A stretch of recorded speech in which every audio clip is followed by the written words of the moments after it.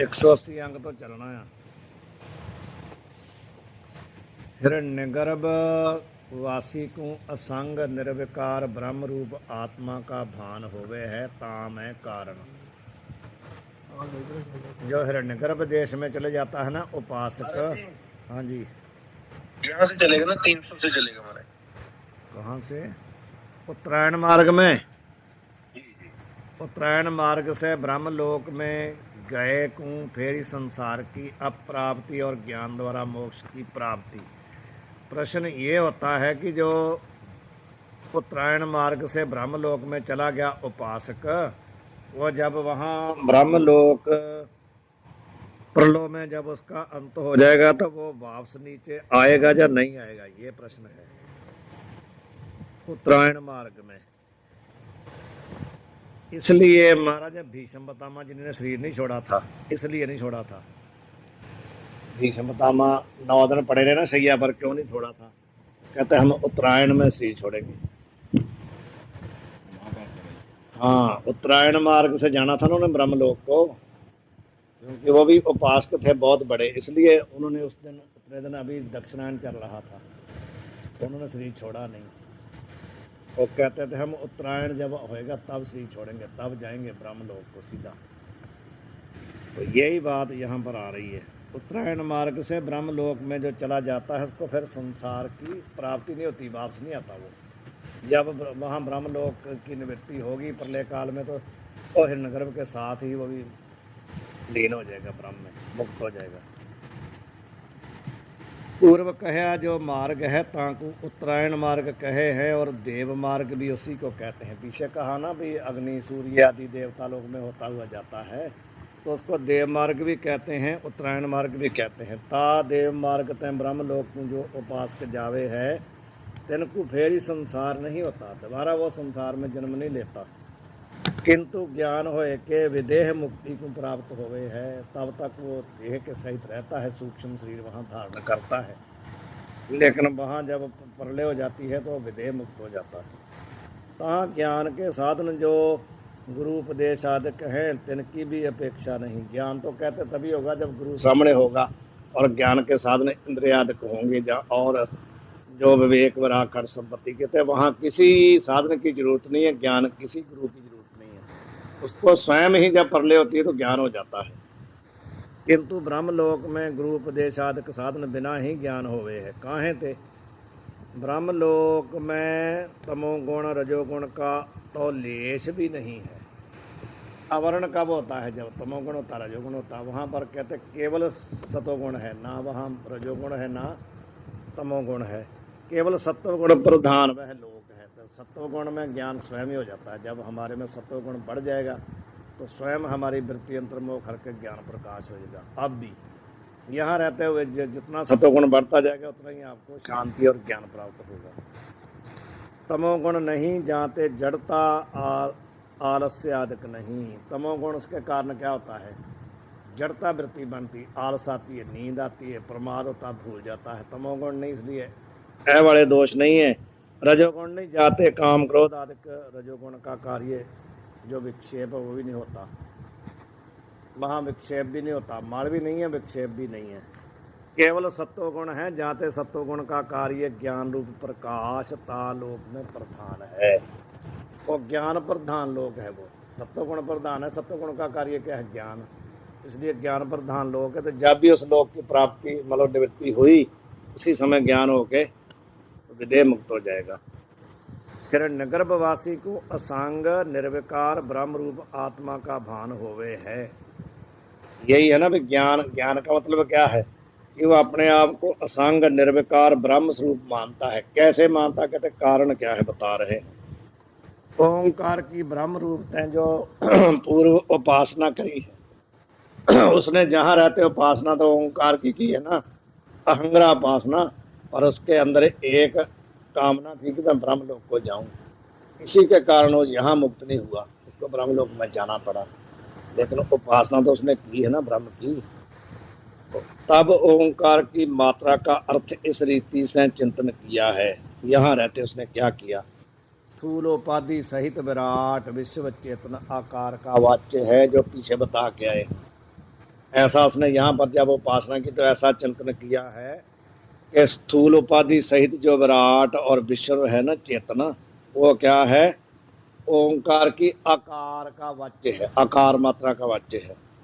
सूक्ष्म उपाधि सहित चेतन हिरण्य गर्भ तेजस ओकार मात्रा का वाच्य है। कारणोपाधि सहित चेतन ईश्वर पराग्य जो है वो क्या है, ओंकार की मकार मात्रा का वाच्य है।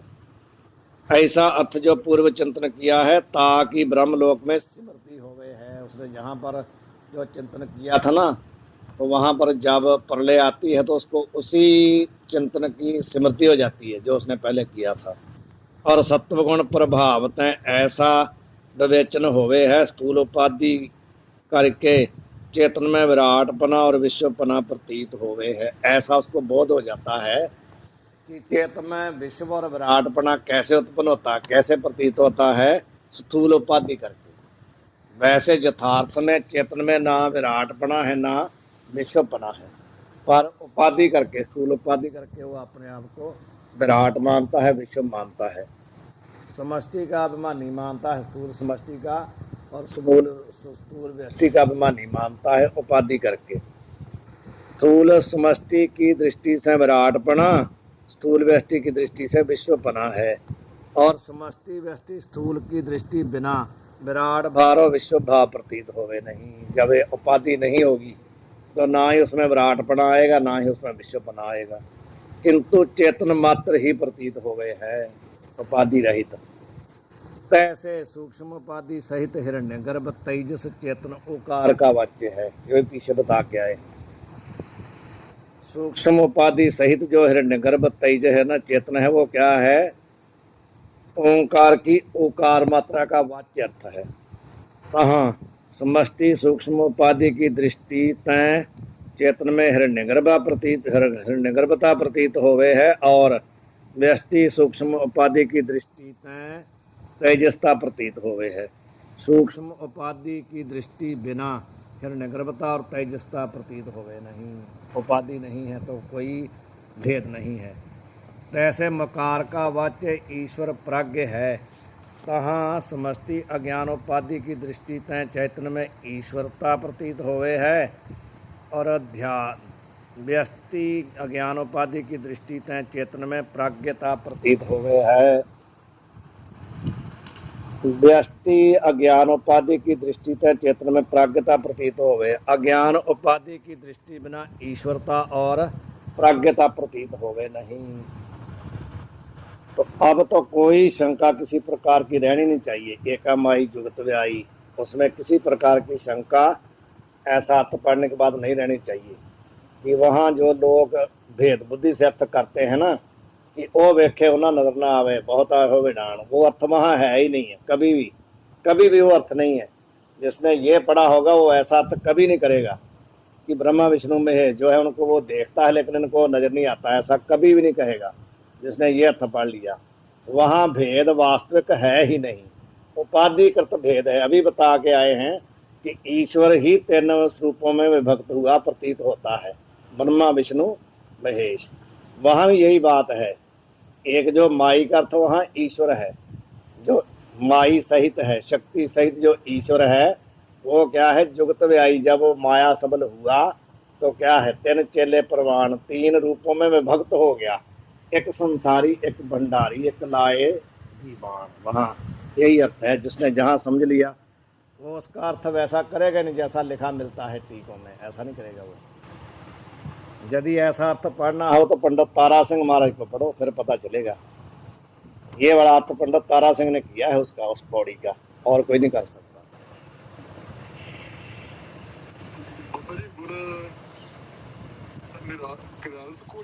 नहीं, गुरभाव दीप का उनकी एक टीका है जपजी साहब रहरास और कीर्तन सोले की, गुरभाव दीपिका। उसमें उन्होंने यही अर्थ किया है कि वहाँ ऐसा अर्थ है ही नहीं है कि वो व्याख्या ना नजर ना आवे। ऐसा अर्थ वहाँ कहते कभी भी नहीं है, कदा भी नहीं है। लेकिन जो इसको समझेगा, ऐसा उपासक होगा, ऐसा ध्यान करने वाला होगा, वो ही वहाँ समझ पाएगा कि वो व्याख्या ना नजर ना आवे इस पंक्ति का अर्थ क्या है। अब कहते हैं जो वस्तु जाके विषय अन्य की दृष्टि से प्रतीत होवे सो ताके विषय परमार्थ से होवे नहीं। मानो रज्जु में जो सर्प प्रतीत हो रहा है ना, वो कैसे प्रतीत हो रहा है? अन्य की दृष्टि तय जब हमारे को रस्सी का बोध नहीं है, रस्सी ही अन्यथा रूप में प्रतीत हो रही है, सर्प रूप में। वास्तव में उसमें सर्प तीनों कालों में है ही नहीं है, ना पहले था, ना अब है, ना बाद में होगा। रस्सी ही हमारे को अन्य रूप में प्रतीत हो, रस्सी को भी हम सर्प समझ रहे हैं। अन्य की अन्य रूप में प्रतीति होना ही वहाँ पर अलग को प्रतीत हो रहा है। इसी को कहते हैं माधवे क्या कहिए भ्रम ऐसा, जैसा मानिए होए न तैसा। उसी का नाम भ्रम है, भ्रांति है। जैसी वस्तु होती वैसी ना प्रतीत होकर के अन्य रूप में प्रतीति होना ही भ्रांति है, वैसे कुछ भी नहीं है। जो जाका रूप अन्य की दृष्टि बिना प्रतीत होवे सो ताका परमार्थ रूप होवे है। जो जाका रूप अन्य की दृष्टि बिना, दूसरी दृष्टि बिना जैसा है वैसा ही प्रतीत होता है, वही उसका असली स्वरूप है। जैसे एक पुरुष में पिता की दृष्टि से पुत्रता, पुरुष तो एक ही है ना, पुत्र की दृष्टि से वो क्या है? पिता है। और उसके बाद दादा की दृष्टि से वो क्या है? पौत्र है कि नहीं? और पिता की दृष्टि से वो स्वयं ही पुत्र है। एक ही आदमी है, वो आपके पुत्र की दृष्टि से तो पिता है, और आपके पिता की दृष्टि से पुत्र है, आपके दादा की दृष्टि से वो पौत्र है। एक ही में एक ही अन्य रूप की अन्य रूप में प्रतीति हो रही नहीं, कोई आदमी है, एक ही है वो। सो परमार्थ से नहीं, पुरुष का पिंड ही परमार्थ है। असली तो जो शरीर है उसका वही परमार्थ, तो उसका वही है ना। उसमें तीन अलग अलग चीज़ें तो थोड़ी हो सकती है कि वो पुत्र भी है, पिता भी है, पौत्र भी है, ऐसा तो हो नहीं सकता ना। और अन्य की दृष्टि से उसके अंदर ऐसे धर्म की प्रतीति हो रही है।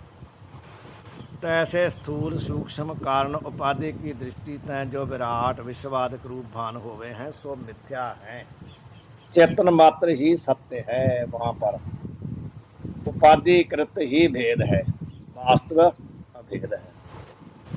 सो चेतन सर्व भेद रहित है। काहे ते विराट और विश्व का जो भेद है सो उपाधि तो दोनों की यद्यपि स्थूल है, तथापि समष्टि उपाधि विराट की और व्यष्टि उपाधि विश्व की।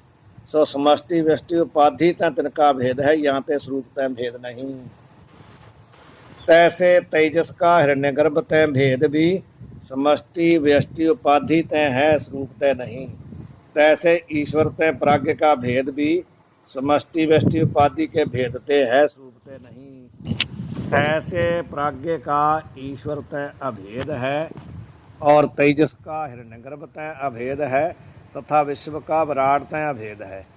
या प्रकार तय स्थूल उपाधि वाले का सूक्ष्म उपाधि वाले तय वा कारण उपाधि वाले तय भेद नहीं। काहे ते स्थूल सूक्ष्म कारण उपाधि का दृष्टि स्थूल सूक्ष्म कारण उपाधि की, यहाँ पर की होना चाहिए, कहानी की, उपाधि की दृष्टि त्यागे तय चेतनत्व रूप तय किसी प्रकार का भेद प्रतीत होवे नहीं। जब स्थूल सूक्ष्म उपाधि की दृष्टि हटा देंगे तो किसी प्रकार का कोई भेद नहीं है। फिर विश्व विराट हिरण्यगर्भ तेजस ईश्वर प्राज्ञ अलग अलग नहीं है, एक ही है, चेतन ही है वो। अनात्मा से भी चेतन का भेद नहीं। काहे ते अनात्म देहादिक अविद्या काल में प्रतीत होवे हैं, परमार्थ से नहीं। कहते हैं वो तो बता ही दिया कि जो विराट विश्वादी हैं वो प्रतीति भेद प्रतीति उपाधिकृत है, परंतु ये जो संसार है, जो सामने दिखाई दे रहा संसार अनात्म पदार्थ, इसके साथ भी चेतन का कोई भेद नहीं है। ये भी भ्रांति काल में ही प्रतीत हो रहा है ना, परमार्थ से नहीं। अविद्या, जब तक अविद्या है तभी तक ये प्रपंच दिखाई देता है अलग से, तिनका भी चेतन से भेद बने नहीं। क्यों? ऐसे सर्व भेद रहित असंग निर्विकार नित्य मुक्त ब्रह्म रूप आत्मा ओंकार का लक्ष्य स्वयं प्रकाश रूप तिस उपासक को भान होवे है। कहाँ? ब्रह्मलोक में।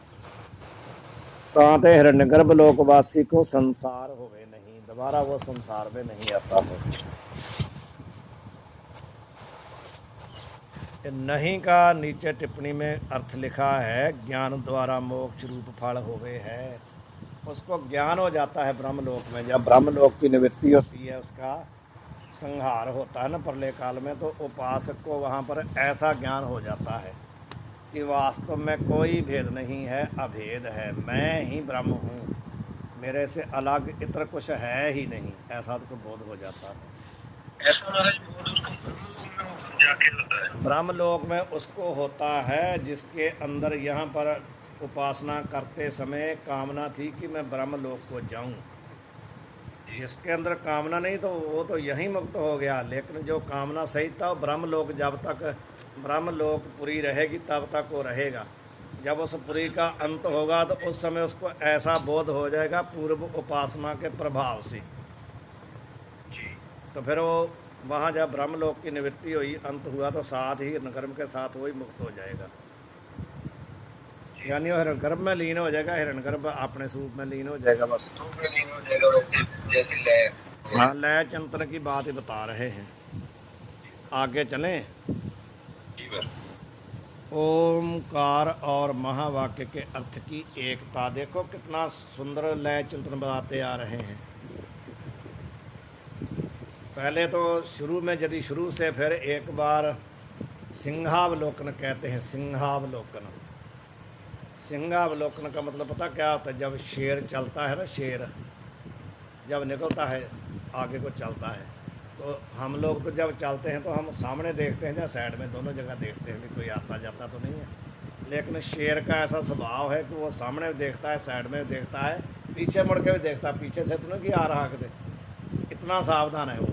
हम लोग इतने सावधान नहीं होते, हम सामने देखेंगे, साइड से देखेंगे, कोई इधर से ना लग जाए, उधर से ना लग जाए, हम पीछे नहीं देखते। हाँ, किसी के पीछे कोई पुलिस लगी हो, कोई चोर लगे होता हो तो अलग बात है, नहीं तो हमारा स्वभाव ऐसा नहीं पीछे देखने का, बस आगे देखने का, साइड में देखने का। लेकिन शेर का स्वभाव है, वो जब भी चलता है तो दसों दिशाओं पर देखता है, वो नीचे ऊपर आगे पीछे सब देखता है। तो विद्वान लोग जब कोई पढ़ाते हैं ना पाठ, तो वो कहते हैं एक बार सिंहावलोकन करते हैं, पीछे वाला देखते हैं कहाँ पर पीछे कल को क्या हुआ था। जब हम ओंकार का शुरू किया था तो उसको पीछे से अवलोकन करना चाहिए कि लय चिंतन का प्रकार कहाँ से शुरू हुआ।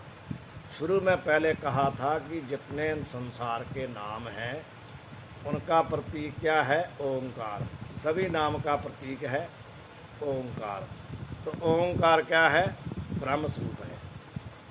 तो ब्रह्म के चार पाद बताए, आत्मा के चार पाद बताए, उनकी एकता की, और उन पादों के द्वारा बाद में ओंकार की मात्रा के साथ अभेद किया।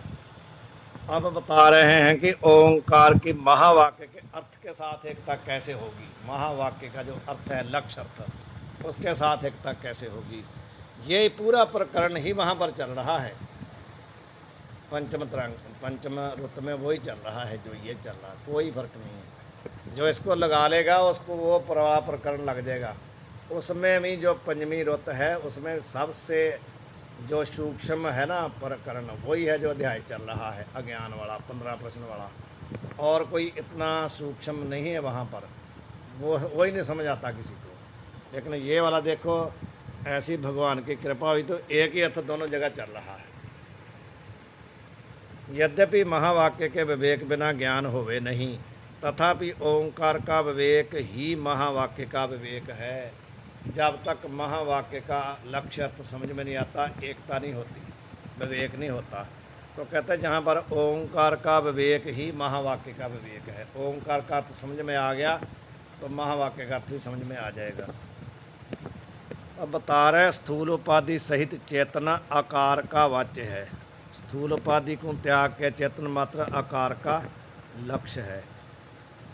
समझ आ रही है ना? स्थूल उपाधि सहित, स्थूल उपाधि सहित आकार क्या है? वो स्थूल उपाधि सहित जो चेतन है, पीछे बता के है विश्व विराट, वो क्या है? आकार का वाच्य अर्थ है, पीछे भी बता के आए हैं। और स्थूल उपाधि को त्याग के जो ब्रह्म है, जो ईश्वर साक्षी है, वो क्या है, आकार का लक्ष्य अर्थ है।